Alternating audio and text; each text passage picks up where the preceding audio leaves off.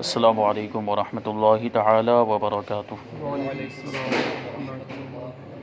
نحمده ونصلي ونسلم على رسوله الكريم اما بعد فاعوذ باللہ من الشیطان الرجیم بسم اللہ الرحمن الرحیم ان اللہ وملائکته یصلون علی النبی یا ایہا الذین آمنوا صلوا علیہ وسلموا تسلیما اللہم صلی علی سیدنا و مولانا محمد معدن الجود والکرم وآلہ الکرام وابنہ الکریم وبارک وسلم صلاۃ وسلاما علیک یا رسول اللہ صلی اللہ تعالی علیہ وسلم۔ اس سے پہلے ہم نے قیامت کی علامات صغریٰ یعنی چھوٹی نشانیوں کے بارے میں سنا۔ اب یہاں سے قیامت کی علامات کبریٰ یعنی بڑی بڑی نشانیاں جب وہ ظاہر ہو جائیں گی تو پھر واقعی قیامت بہت زیادہ قریب ہو جائے گی۔ جبکہ دیکھیں اللہ کے رسول صلی اللہ علیہ وسلم کے زمانے کو تقریباً 1450 سال کا زمانہ گزر چکا ہے۔ یہ ہجری سن 1442 چل رہا ہے، اور حضور صلی اللہ علیہ وسلم یہ ہجری جو شروع ہوئی ہے مدینہ منورہ تشریف لانے کے بعد، ہجرت جب ہوئی، جس سال ہجرت ہوئی اسی سال سے یہ جو ہے کہ ہجری سن شروع ہوا ہے، اور اس سے پہلے حضور صلی اللہ علیہ وسلم مکہ مکرمہ میں بھی رہے۔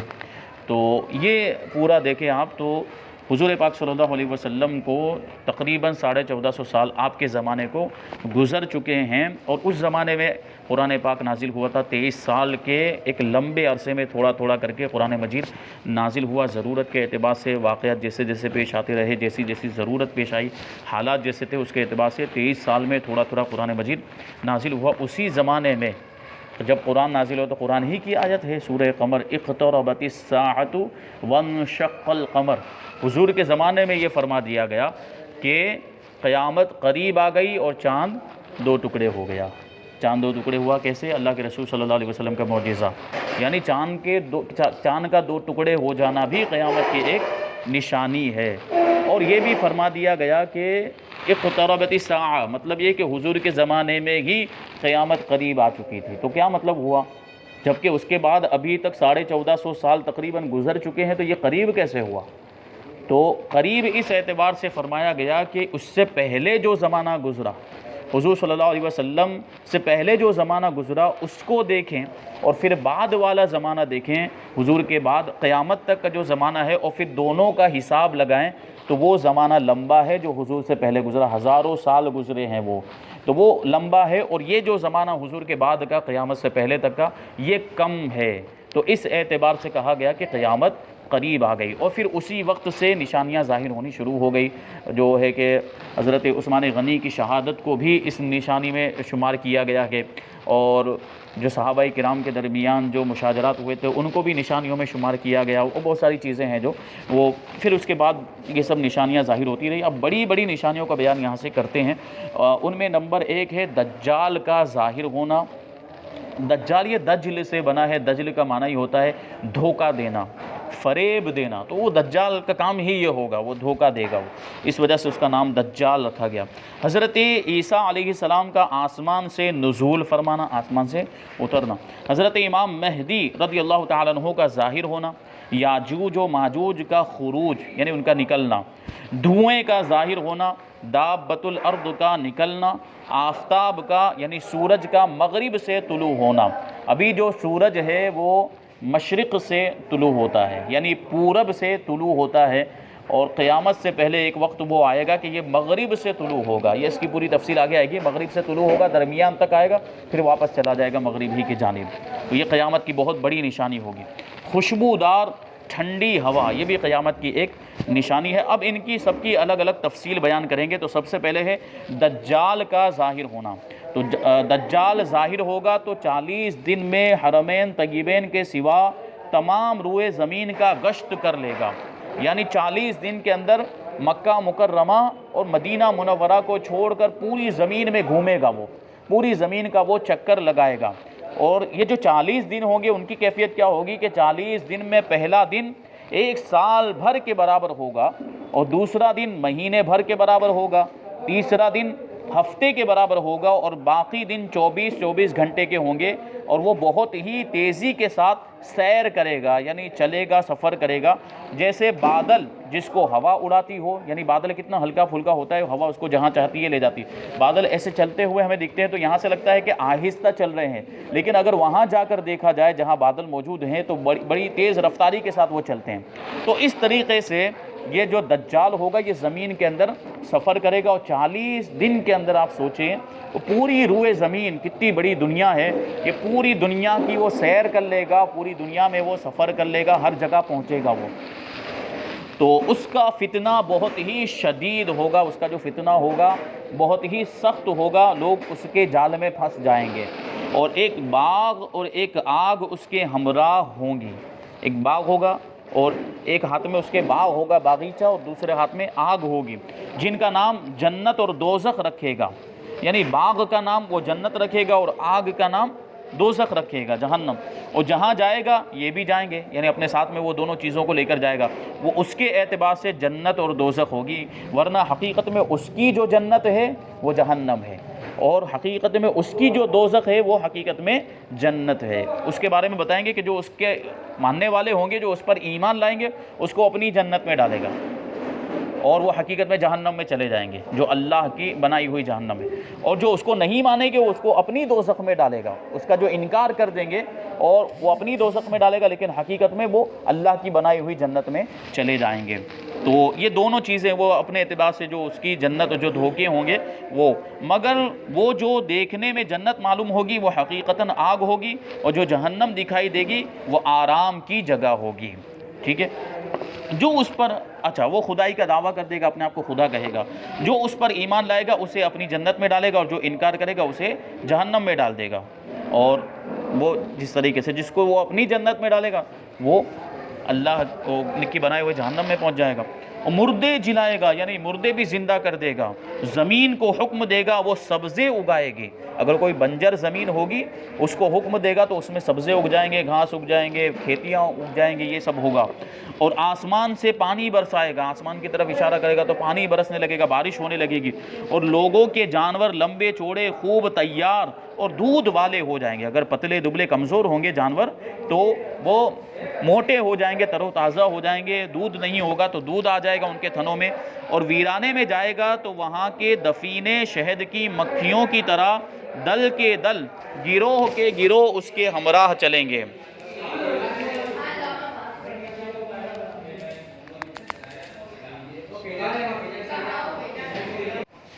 تو وہ زمین کے دفینے جہاں ویرانے ہوں گے، جہاں کھنڈر ہوں گے، جہاں کوئی آبادی نہیں ہوگی، تو ویرانے میں جائے گا تو وہاں کے دفینے کا مطلب جو خزانے دفن کر دیے جاتے پرانے زمانے کے اندر، جو سونا چاندی وغیرہ زمین کے اندر جو ہے کہ چھپا کر دفن کر کے رکھا جاتا تھا، تو وہاں کے جو دفینے ہوں گے وہ شہد کی مکھیوں کی طرح دل کے دل، یعنی گروہ در گروہ جھنڈ کی شکل میں اس کے ساتھ ہو جائیں گے، سونا چاندی نکل کے خود بخود اس کے ساتھ چلنے لگے گا وہ دفینے۔ اسی قسم کے بہت سے شعبدے، نظر بندیاں دکھائے گا، جادو، یہ سب کرتب ہوں گے، اور حقیقت میں یہ جادو کے کرشمے ہوں گے اور شیطان کے تماشے ہوں گے، شیطان کی مدد سے یہ سب کرے گا وہ، اور جن کو واقعیت سے، حقیقت سے کچھ تعلق نہیں، ان چیزوں کا حقیقت سے کوئی تعلق نہیں ہوگا، اسی لیے اس کے وہاں سے جاتے ہی لوگوں کے پاس کچھ نہ رہے گا، جو کچھ اس نے دیا ہوگا، لوگوں کو انعام و اکرام دیا ہوگا، سونا چاندی، وہ سب ختم، کیونکہ وہ شعبدہ بازیاں ہوں گی، جادو ہوگا، نظر بندیاں ہوں گی، اور نظر بندی اور یہ جو شعبدہ بازی ہوتی ہے وہ ٹکتی نہیں ہے، زیادہ دیر تک نہیں رہتی، تو خود بخود وہ سب چیزیں ختم ہو جائیں گی۔ حرمین شریفین میں جب جانا چاہے گا تو ملائکہ یعنی فرشتے اس کا منہ پھیر دیں گے۔ مکہ مکرمہ میں، مدینہ منورہ بڑی مقدس جگہ، پاکیزہ مقامات ہیں، وہاں جانے کی جب وہ کوشش کرے گا تو فرشتے اس کا منہ پھیر دیں گے کہ یہاں تمہیں اجازت نہیں آنے کی۔ البتہ مدینہ طیبہ میں 3 زلزلے آئیں گے کہ وہاں جو لوگ بظاہر مسلمان بنے ہوں گے اور دل میں کافر ہوں گے، اور وہ جو علم الہی میں دجال پر ایمان لا کر کافر ہونے والے ہیں، ان زلزلوں کے خوف سے شہر سے باہر بھاگیں گے اور اس کے فتنے میں مبتلا ہو جائیں گے۔ آج بھی ہم دیکھتے ہیں بہت سے ایسے مسلمان کہلانے والے لوگ ہیں جو حرمین شریفین میں رہتے ہیں لیکن حقیقت میں منافق ہیں، اللہ بہتر جانتا ہے ان کے دل میں کیا ہے۔ تو بہت سے ایسے لوگ ہیں جو حضور کی گستاخی کرنے کی وجہ سے کافر ہو گئے ہیں لیکن اپنے آپ کو مسلمان کہتے ہیں۔ تو یہ زلزلے آئیں گے مدینہ منورہ کے اندر، 3 زلزلے، تو ان زلزلوں سے، بھوکم سے ڈر کے وہ لوگ وہاں سے باہر نکل نکل جائیں گے. پھر کیونکہ دجال مدینے میں تو نہیں جا سکے گا، لیکن پھر مدینے کے لوگ جو اس طرح کے جو جن کی قسمت میں کفر لکھ دیا گیا، وہ جب باہر آئیں گے تو پھر وہ دجال کے فتنے میں مبتلا ہو جائیں گے، اس پر ایمان لے آئیں گے اور پھر وہ ہلاک ہو جائیں گے. اور دجال کے ساتھ یہود کی فوجیں ہوں گی. یہ بات بہت زیادہ اہمیت کی حامل ہے. آج دیکھیں آپ تو یہودیوں کا ایک پورا ملک بن گیا ہے جس کا نام انہوں نے اسرائیل رکھ دیا. حالانکہ ایک وقت ایسا تھا کہ دنیا سے تقریباً ان کا نام و نشان ختم ہو گیا تھا. گنتی کے چند بچ گئے تھے. ہٹلر نے جو ان کو تباہ و برباد کر دیا تھا، اس نے تو قسم کھائی تھی کہ ایک بھی یہودی کو نہیں چھوڑوں گا، لیکن چند بچ گئے تھے. انہی لوگوں نے مطلب یہ سعودی عرب سے جو ہے مدد مانگی اور ان لوگوں نے یہ جگہ دے دی تھی بیت المقدس کے قریب فلسطین کے اندر، اور چھوٹی سی جگہ ان کو دی گئی تھی. حالانکہ وہ اس بات کے حقدار ہی نہیں تھے کہ ان کو جگہ دی جائے. تو سعودی یہودی کے بھائی ہیں تو ان لوگوں نے ان کی مدد کر دی. آج دیکھو تو وہ چھوٹا سا حصہ جو ان کو دیا گیا تھا تو دھیرے دھیرے قبضہ کرتے کرتے کرتے وہ بیت المقدس تک پہنچ گئے. بیت المقدس پر بھی ناجائز قبضہ انہوں نے جما لیا. جو ہمارا قبلہ اول ہے، پہلے اس کی طرف منہ کر کے نماز پڑھی جاتی تھی. تو یہ یہودی ایسے ہیں اور مسلمانوں کے ازلی دشمن ہے. جب سے اسلام ہے تب سے یہ یہودی مسلمانوں کے دشمن، اور ان سے بڑا مسلمانوں کا کوئی دشمن نہیں ہے. تو یہ سب سے پہلے دجال پر کوئی ایمان لائے گا تو وہ یہودی ہوں گے. بتایا جاتا ہے کہ ابھی سے ان لوگوں کی پلاننگ شروع ہو گئی ہے. تو وہ دجال کو مسیحا کہتے ہیں، جیسے ابھی بتایا کہ مردوں کو زندہ کرے گا، مسیحا ہوگا، تو وہ اس کو مسیحا کہتے ہیں، ابھی سے مسیحا کہتے ہیں. اور وہ ابھی سے اس کی تیاری میں ہے کہ جیسے ہی وہ آئے گا ہم اس پر ایمان لائیں گے. اور یہ یہودی ہوں گے تو ان کی فوجیں اس کے ساتھ چلے گی، اور اس وقت تک تو ان کی تعداد کافی زیادہ ہو چکی ہوگی، اور دجال کے ساتھ وہ سب ہو جائیں گے. اور اس کی پیشانی پر لکھا ہوگا کاف فا را یعنی کافر. دجال کی پیشانی پر کاف فا را یعنی کافر لکھا ہوگا، جس کو ہر مسلمان پڑھے گا اور کافر کو نظر نہیں آئے گا. جس کے دل میں ایمان ہے وہ پڑھ لے گا کاف فا را اور پہچان لے گا کہ یہ کافر ہے دجال، تو اس کی بات نہیں ماننی ہے، اس پر ایمان نہیں لانا ہے. اور جو کافر ہوگا اس کو نظر ہی نہیں آئے گا تو وہ اس کے بہکاوے میں آ جائے گا اور اس کے فتنے میں مبتلا ہو جائے گا. جب وہ ساری دنیا میں پھرا کر ملک شام کو جائے گا، اس وقت حضرت عیسیٰ علیہ السلام آسمان سے نزول فرمائیں گے. حضرت عیسیٰ علیہ السلام کا بیان ابھی مفصل تفسیر کے ساتھ آئے گا کہ جب آسمان سے اتریں گے تو جو دمشق کی جامع مسجد ہے اس کے مشرقی مینار پر آپ تشریف لائیں گے. تو یہ ملک شام کے اندر موجود ہے دمشق، اور وہاں کی راجدھانی ہے. تو یہ ملک شام کی طرف جب دجال جائے گا اسی وقت حضرت عیسیٰ علیہ السلام آسمان سے نازل ہوں گے. تو وہ لعین دجال حضرت عیسیٰ علیہ السلام کی سانس کی خوشبو سے پگھلنا شروع ہو جائے گا. اس کا جسم پگھلے گا جیسے موم پگھلتا ہے، جیسے پانی میں نمک گھل جاتا ہے، اس طریقے سے وہ خود پگھلے گا اور ان کی سانس کی خوشبو حد نگاہ تک پہنچے گی. حضرت عیسیٰ علیہ السلام کی سانس لینے کی خوشبو حد جہاں تک نگاہ جاتی ہے وہاں تک پھیلے گی. وہ بھاگے گا، یہ خوشبو سے بچنے کے لیے وہ دجال بھاگے گا اور یہ تعاقب فرمائیں گے، یعنی حضرت عیسیٰ علیہ السلام اس کا پیچھا کریں گے اور اس کی پیٹھ میں نیزہ ماریں گے اور اسے جہنم واصل کر دیں گے. وہ وہیں مر جائے گا دجال، پھر اس کا فتنہ یہیں پر ختم ہو جائے گا. اس کے بعد حضرت عیسیٰ علیہ السلام کا آسمان سے نازل فرمانا، اس کے بارے میں کیونکہ ابھی یہاں کنیکشن جڑ گیا کہ وہ حضرت عیسیٰ علیہ السلام جب یہ دجال ملک شام جائے گا تو حضرت عیسیٰ علیہ السلام آسمان سے نزول فرمائیں گے. تو اسی کو اب یہاں سے بیان کرتے ہیں اس کی تفصیل. حضرت عیسیٰ علیہ السلام آسمان سے جامع مسجد دمشق کے شرقی مینارے پر نزول فرمائیں گے. مشرق کی جانب جو مینارہ آج بھی موجود ہے، وہ مینارہ دمشق کی جامع مسجد میں، اس کو اور زیادہ خوبصورت طریقے سے بنا دیا گیا. انٹرنیٹ پہ آپ سرچ کر کے دیکھ سکتے ہیں دمشق کی جامع مسجد کا مشرقی مینارہ، شرقی مینارہ. تو اسی مینارے پر حضرت عیسیٰ علیہ السلام تشریف لائیں گے. اور اسلام نے یہ بات کتنے سالوں پہلے ہی بتا دی ہے، ہمارا عقیدہ ہے. اور جب حضرت عیسیٰ علیہ السلام تشریف لائیں گے تو ہر کسی کو یہ بات ماننی پڑے گی، ہر کسی کو یقین ہو جائے گا کہ اسلام نے جو باتیں کہی تھی وہ سب صحیح ہیں اور اسلام کے جو عقائد ہیں وہ بالکل درست ہیں. لیکن اس وقت کا ایمان لانا کسی کو فائدہ نہیں دے گا. تو حضرت عیسیٰ علیہ السلام شرقی مینارے پر، جامع مسجد دمشق کی جامع مسجد کے شرقی مینارے پر نزول فرمائیں گے. صبح کا وقت ہوگا، صبح صادق کا وقت ہوگا. نماز فجر کے لیے اقامت ہو چکی ہوگی، نماز فجر کے لیے جو تکبیر کہی جاتی ہے وہ ہو چکی ہوگی حضرت امام مہدی کو کہ اس جماعت میں موجود ہوں گے، امامت کا حکم دیں گے۔ حضرت امام مہدی کا ابھی ان کی تفصیل آگے آئے گی۔ حضرت امام مہدی یہ حضور صلی اللہ علیہ وسلم کی اولاد میں سے ہوں گے، سادات میں سے ہوں گے، اور ان کا نام بھی محمد ہوگا، ان کے والد کا نام بھی عبداللہ ہوگا، اور پھر ان کی بیعت کریں گے لوگ، ان کے مرید بن جائیں گے، پھر ان کو لے کر ملک شام پہنچیں گے، یہ بھی وہاں پر موجود ہوں گے دمشق کی جامع مسجد کے اندر جب حضرت عیسیٰ علیہ السلام نازل ہوں گے۔ تو حضرت عیسیٰ علیہ السلام حضرت امام مہدی کو نماز پڑھانے کا حکم دیں گے۔ حضرت امام مہدی رضی اللہ تعالیٰ عنہ نماز پڑھائیں گے، آپ تشریف لا کر دجال لعین کو قتل کریں گے۔ آپ کے زمانے میں، یعنی حضرت عیسیٰ علیہ السلام جو دجال کو قتل کرنے کا واقعہ وہ پورا اوپر گزر چکا، آپ کے زمانے میں مال کی کثرت ہوگی، یہاں تک کہ اگر کوئی شخص دوسرے کو مال دے گا تو وہ قبول نہ کرے گا، یعنی اس کو ضرورت ہی نہیں ہوگی سامنے والے کو، میرے پاس خود اتنا مال موجود تمہارے پاس سے کیوں لوں، تو قبول نہ کرے گا۔ نیز اس زمانے میں عداوت و بغض و حسد آپس میں بالکل ختم ہو جائے گا، ساری دشمنیاں، ساری جلن، سارا حسد کینہ جو ایک دوسرے سے ابھی موجود ہے، یہ ساری چیزیں حضرت عیسیٰ علیہ السلام کے زمانے میں ختم ہو جائیں گی، بالکل نہیں ہوگی۔ عیسیٰ علیہ السلام صلیب کو توڑیں گے، صلیب یعنی کراس، وہ سولی جس پر حضرت عیسیٰ علیہ السلام کو انہوں نے اپنے گمان کے مطابق عیسائیوں نے ان کو جو ہے کہ سولی پر چڑھایا تھا، لیکن حقیقت میں وہ حضرت عیسیٰ علیہ السلام نہیں تھے، وہ تو انہی کا ایک آدمی تھا جس کی شکل حضرت عیسیٰ علیہ السلام کی بنا دی گئی تھی، اور حضرت عیسیٰ علیہ السلام کو تو اللہ نے آسمان پر اٹھا لیا تھا۔ تو ان کے عقیدے کے مطابق انہوں نے حضرت عیسیٰ علیہ السلام کو سولی پر چڑھا دیا۔ ان کا عقیدہ دیکھ لیں کہ اپنے نبی ہی کو سولی پر چڑھا دیا، اس پر فخر کرتے ہیں، نبی کو قتل کرنے والے کافر ہو جاتے ہیں۔ تو ان کی سوچ کے مطابق اب سوچ لیں کہ ان کا کیا ٹھکانہ ہے۔ تو وہ صلیب جو ہے جس کو یہ اپنا مذہبی نشان سمجھتے ہیں، کراس، تو اس کو حضرت عیسیٰ علیہ السلام توڑ دیں گے، اور خنزیر کو قتل کریں گے، کیونکہ خنزیر ناپاک جانور ہے، اور ممکن ہے کہ اس زمانے تک اس کا بہت زیادہ رواج ہو جائے گا۔ آج بھی دیکھیں تو طرح طرح کی چیزوں کے اندر ان لوگوں نے اس کو شامل کر لیا، اس کی چربی جو ہے کہ شامل کی جاتی ہے، اس کو ملایا جا رہا ہے، اور اس کی ایک بنیادی وجہ یہ ہوتی ہے کہ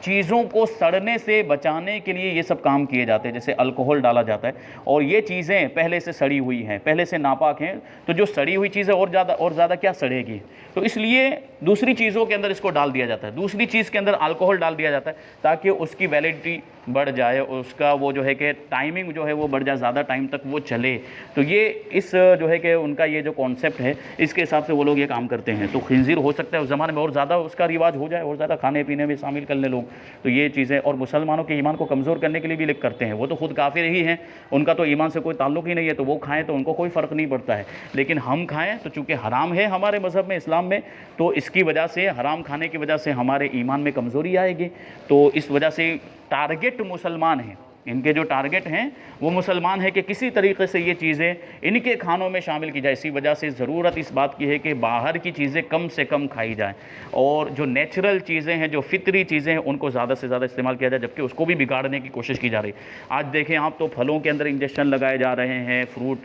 اور دوسری جو کھانے پینے کی چیزیں ان میں انجیکشن لگائے جا رہے ہیں، بلکہ مرغی جو برائلر مرغی آتی ہے اس کا بھی معاملہ یہ ہے کہ مشین کے اندر اس کو جو ہے کہ پیدا کیا جاتا ہے، پھر اس میں رکھتے ہیں انجیکشن، اس کو بھی دیتے ہیں، جس کی وجہ سے وہ جلد بڑی ہو جاتی ہے، کم ٹائم میں وہ بڑی ہو جاتی ہے، یہ سارے مقاصد ہوتے ہیں اس کے۔ تو یہ سب چیزیں بہت نقصان دہ، بہت مضر ہیں۔ تو خنزیر کا معاملہ ہوگا تو حضرت عیسیٰ علیہ السلام خنزیر کو قتل کریں گے۔ تمام اہل کتاب جو قتل سے بچیں گے سب ان پر ایمان لائیں گے۔ اہل کتاب کا مطلب یہ ہے کہ جو کسی آسمانی کتاب پر ایمان رکھتے ہوں گے، جو بھی کسی، جیسے توریت ہے، زبور ہے، انجیل ہے، تو جو لوگ اس وقت ایسے موجود ہوں گے جو کتاب پر یعنی آسمانی کتاب پر ایمان رکھتے ہوں گے، وہ سب حضرت عیسیٰ علیہ السلام پر ایمان لے آئیں گے، کیونکہ انہوں نے کتابوں میں پڑھا ہوگا۔ تمام جہان میں دین ایک دین اسلام ہوگا، اور مذہب ایک ہی مذہب اہل سنت کا مذہب ہوگا، ٹھیک ہے، سارے دوسرے مذہب ختم ہو جائیں گے، حضرت عیسیٰ علیہ السلام سارے مذہب کو مٹا دیں گے، اور مذہب اور دین اسلام ہوگا، مذہب اہل سنت کا ہوگا۔ یعنی حضرت کیا پتہ چلا کہ حضرت عیسیٰ علیہ السلام بھی آئیں گے تو وہ ان کی خود کی شریعت پر عمل نہیں کریں گے، بلکہ شریعت مصطفیٰ پر عمل کریں گے، دین اسلام پر عمل کریں گے۔ بچے سانپ سے کھیلیں گے، اور شیر اور بکری ایک ساتھ میں چریں گے، اور 40 برس تک حضرت عیسیٰ علیہ السلام دنیا میں اقامت فرمائیں گے، یعنی یہاں پر ٹھہریں گے، نکاح کریں گے، ان کی اولاد بھی ہوگی، اور بعد وفات روضہ انور میں دفن ہوں گے۔ یعنی حضور پاک صلی اللہ علیہ وسلم کا جہاں پر آج مزار پاک موجود ہے آج بھی جگہ چھوڑی گئی ہے۔ آپ کے پہلو میں حضرت ابوبکر صدیق رضی اللہ تعالیٰ عنہ اور ان کے پہلو میں حضرت فاروق اعظم رضی اللہ تعالیٰ عنہ ہے، اور ایک جگہ ہے جو حضرت عیسیٰ علیہ السلام کے لیے چھوڑی گئی ہے۔ تو قرب قیامت جب حضرت عیسیٰ علیہ السلام آسمان سے نزول فرمائیں گے، 40 سال تک دنیا میں ٹھہریں گے، نکاح بھی کریں گے، ان کی اولاد بھی ہوگی، اور پھر جب وہ وفات فرما جائیں گے تو ان کو حضور پاک صلی اللہ علیہ وسلم کے ساتھ حضور کے مزار اقدس میں دفن کیا جائے گا۔ پھر اس کے بعد حضرت امام مہدی رضی اللہ تعالیٰ عنہ کے بارے میں بیان کرتے ہیں۔ اس کا اجمالی واقعہ ہے کہ دنیا میں جب سب جگہ کفر کا تسلط ہو جائے گا، ہر جگہ کفر ہی کفر، کافر لوگ بہت زیادہ غالب آ جائیں گے اور کفر کو خوب زیادہ پھیلایا جائے گا، اس وقت تمام ابدال بلکہ تمام اولیاء سب جگہ سے سمٹ کر حرمین شریفین